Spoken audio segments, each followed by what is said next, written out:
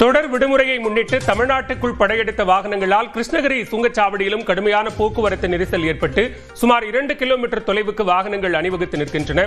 இது தொடர்பான கூடுதல் விவரங்களோடு இணைகிறார் செய்தியாளர் தினேஷ்குமார். தினேஷ்குமார், விவரங்களை பதிவு செய்யலாம். போக்குவரத்தை சரி செய்ய ஏதாவது நடவடிக்கை எடுக்கப்படுதா? பலா, நிச்சயமாக தமிழகத்தில் கடந்த 24ஆம் தேதி முதல் 5ஆம் தேதி வரை தொடர் பள்ளி விடுமுறை அளிக்கப்பட்டுள்ளது. அது மட்டும் இல்லாமல் கர்நாடக மாநிலத்தில் இருந்தும் தமிழகத்திற்கு பல்வேறு வகையான விடுமுறை அளிக்கப்பட்டதால் வாகனங்கள் தொடர்ந்து வந்து கொண்டிருக்கின்றனர்.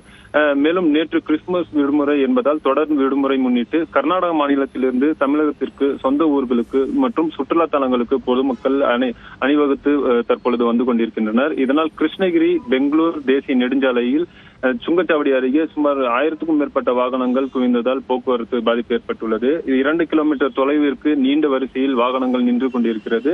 கிருஷ்ணகிரியில் இருக்கக்கூடிய போக்குவரத்து காவலர்கள் வாகனத்தை சீர் செய்து தற்பொழுது வருகின்றனர். மேலும் வாகனங்கள் ஊர்ந்து செல்வதால் அரை மணி நேரத்திற்கு கடக்க வேண்டிய இந்த சுங்கச்சாவடியில் பல மணி நேரமாக வாகனங்கள் நின்று கொண்டிருக்கிறது. இதனால் வாகன ஓட்டிகள் மற்றும் பொதுமக்கள் மிகவும் சிரமத்துக்குள்ளாகி வருகின்றனர். பாலா, விவரங்களுக்கு நன்றி தினேஷ்.